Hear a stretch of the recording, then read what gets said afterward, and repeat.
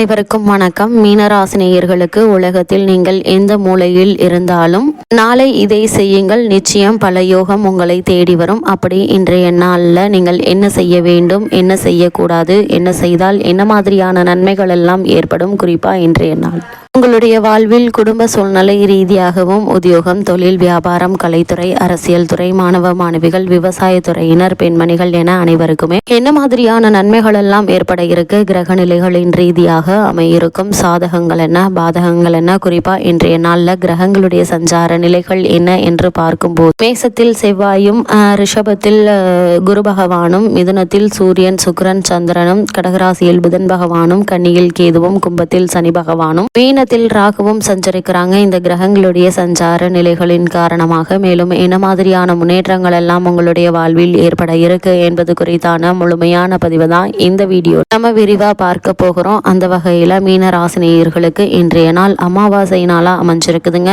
இந்த அமாவாசை என்றால் இருள் சூழ்ந்த நாள் என்று சொல்லலாங்க. இந்த உன்னதமான நாள் அம்மன் வழிபாடு, முன்னோர்களை வழிபாடு, குல தெய்வ வழிபாடு செய்வதற்கு மிக உகந்த ஒரு நாளா அமைஞ்சிருக்குதுங்க. அமாவாசை நாளில் விரதம் மேற்கொண்டு மதியம் இலையில் சாப்பிட வேண்டுங்க. பாகத்திற்கு உணவு வைத்த பின்னரே சாப்பிட வேண்டுங்க. அமாவாசை நாளில் நாம் செய்யும் ஒவ்வொரு வழிபாடும் நம் முன்னோர்களுக்கு போய் சேரும். அவர்களுக்கு சேரும் புண்ணியம் யாவும் நமக்கு வந்து சேரும். நமக்கு மட்டுமின்றி நம் சந்ததிக்கும் வந்து சேரும் என்பதை மறந்து விடாதீங்க. முன்னோர்களுக்கு தர்ப்பணம் கொடுக்க விரதம் இருக்கும் இந்த நாளில் என்ன செய்யலாம் என்று என்ன செய்யக்கூடாது என்று பார்க்கும்போது வருடத்தில் இந்த வழிபாட்டை வேண்டுமானாலும் செய்யாமல் இருக்கலாம். ஆனால் முன்னோர் வழிபாட்டை மட்டும் ஒருபோதும் செய்யாமல் இருக்கக்கூடாது என்று ஜோதிட சாஸ்திரம் தெரிவிக்குதுங்க. மாதுர்காரனாகிய சந்திரனும் பிதுர்காரனாகிய சூரியனும் ஒன்றாக இணையும் காலமே அமாவாசைங்க. அந்த தினத்தில் மறைந்த முன்னோர்களுக்கு திதி தர்ப்பணம் செய்து உணவு படையிலிட்டு அவர்களின் ஆசை பெறும்போது நமக்கு பாக்கியஸ்தானம் வலிமை பெறுங்க. இதன் மூலம் திருமண தடை, குழந்தை பிறப்பு தாமதம், வறுமை, நீடித்த நோய், கடன் தொல்லை போன்ற பிரச்சனைகளை நீக்கி கர்ம வினைகளுக்கு பரிகாரம் தேடிக் கொள்ளலாங்க. நம் பித்ருக்கள் சக்தி நிறைந்தவர்கள். அவர்கள் ஆசீர்வாதத்தால் புண்ணியமும் செல்வமும் கிடைக்குங்க. எனவே நம்முடைய வீட்டு வாசலில் காத்திருக்கும் முன்னோர்களுக்கு தர்ப்பணம் கொடுக்க வேண்டுங்க. காலை 6:30 மணிக்குள் தர்ப்பணம் கொடுப்பது நல்லது. அப்படி கொடுக்க முடியாதவர்கள் சூரியன் மறைவதற்குள் தர்ப்பணம் கொடுக்கலாங்க. ராகு காலம், யமகண்டம் ஆகியவை தர்ப்பணத்திற்கு பொருந்தாதுங்க. மதிய வேலை தர்ப்பணம் செய்ய மிகவும் உகந்ததுங்க. தர்ப்பணம் கொடுக்கும்போது தங்களின் கோத்திரம், தெய்வம், 3 தலைமுறையினரின் பெயர்களை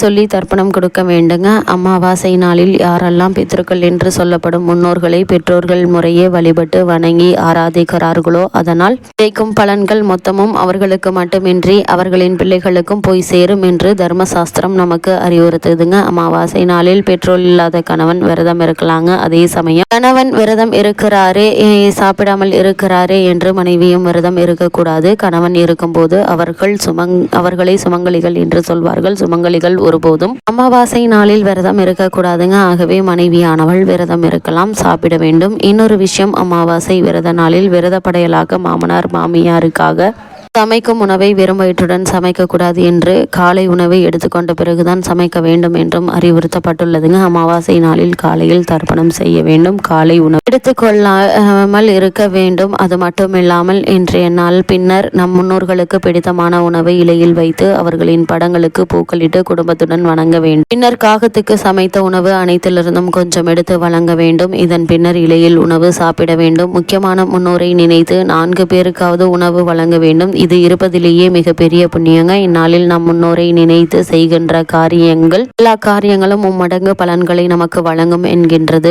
ஜோதிட சாஸ்திரம். மாலையில் அவசியம் விளக்கேற்ற வேண்டுங்க. மீண்டும் குடும்பத்தினர் ஒன்று சேர்ந்து நம் முன்னோர்களையும் இறைவனையும் நமஸ்கரிக்க வேண்டுங்க. அதே போல் அமாவாசை என்று இரவு தர்ப்பணம் செய்த கணவருக்கு டிஃபன் உணவு தான் கொடுக்க வேண்டும். மனைவியானவர் டிஃபனை சாப்பிட்டாலும் கொஞ்சம் கைப்பிடியேனும் சாதம் சாப்பிட வேண்டும் என வலியுறுத்தப்பட்டுள்ளதுங்க. அப்போதுதான் மாமனார் மாமியாரின் ஆசீர்வாதம் முழுமையாக மருமகளுக்கு கிடைக்கும் என்பது ஐதீகம். அமாவாசை தோறும் ஒவ்வொரு வீட்டு வாசலிலும் முன்னோர்கள் நின்று கொண்டு தண்ணீர் பெறுவதற்காக காத்து கொண்டிருப்பார்களாம். அன்றைய தினம் விரதம் இருப்பவர்களின் வாசலில் கோலம் போடக்கூடாது, மாமிசம் சாப்பிடக்கூடாது, வெங்காயம் பூண்டு சாப்பிடக்கூடாது. அன்றைய தினம் யாரையும் கோபமாக பேசக்கூடாது. முன்னோர்களுடைய வழிபாட்டிற்கு உகந்த அமாவாசை தினத்தன்று வீட்டு வாசலில் கோலம் போடுவதை தவிர்க்க வேண்டுங்க. முன்னோரை வழிபட்ட பிறகே தெய்வ வழிபாடுகள் தொடர வேண்டும் என்பதால் அமாவாசை தினத்தில் வீட்டு வாசலில் கோலம் போடுவதில்லை. கோலங்கள் தெய்வ வழிபாட்டிற்கு உரியவை என்பதுடன் மகிழ்ச்சியின் வெளிப்பாடாகவும் இருப்பவை. எனவே முன்னோர்களை இழந்து அவர்களின் பிரிவால் வாடும் நாம் திதி அமாவாசை தினங்களில் கோலம் போடுவதை தவிர்க்க வேண்டுங்க. அமாவாசை வழிபாட்டில் காகத்துக்கு முக்கியத்துவம் அளிக்கப்படுகிறது. அன்று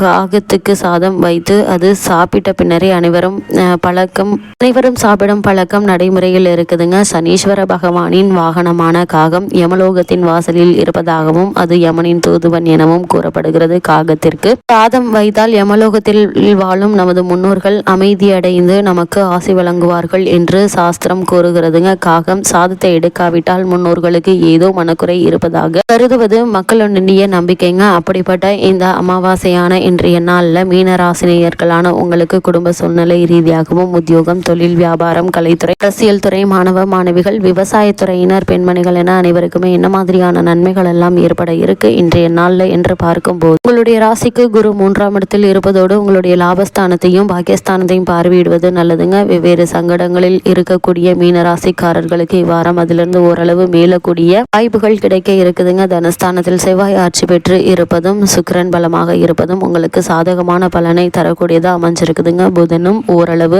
ஆதரவாக இருக்கிறாங்க.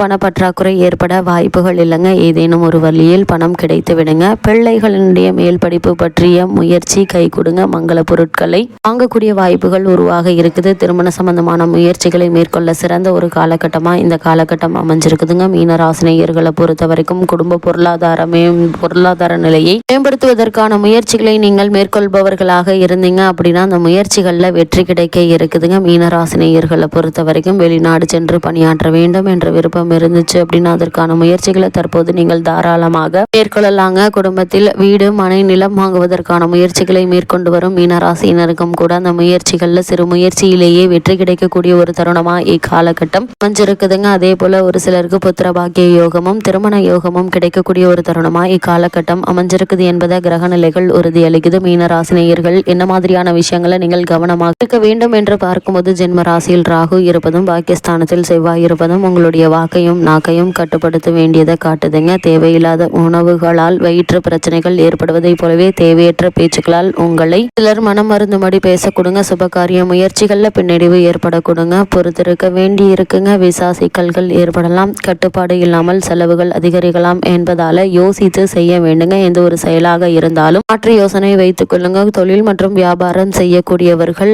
அனுபவம் உள்ளவர்களிடம் ஆலோசித்து அதற்கு பிறகு முயற்சிகளில் ஈடுபடுவது நல்லது. கூடுமான வரைக்கும் அகலக்கால் வைக்க வேண்டாம் என்பதை எல்லா விதத்திலும் கிரக நிலைகள் உங்களுக்கு மீண்டும் மீண்டும் அறிவுறுத்துதுங்க.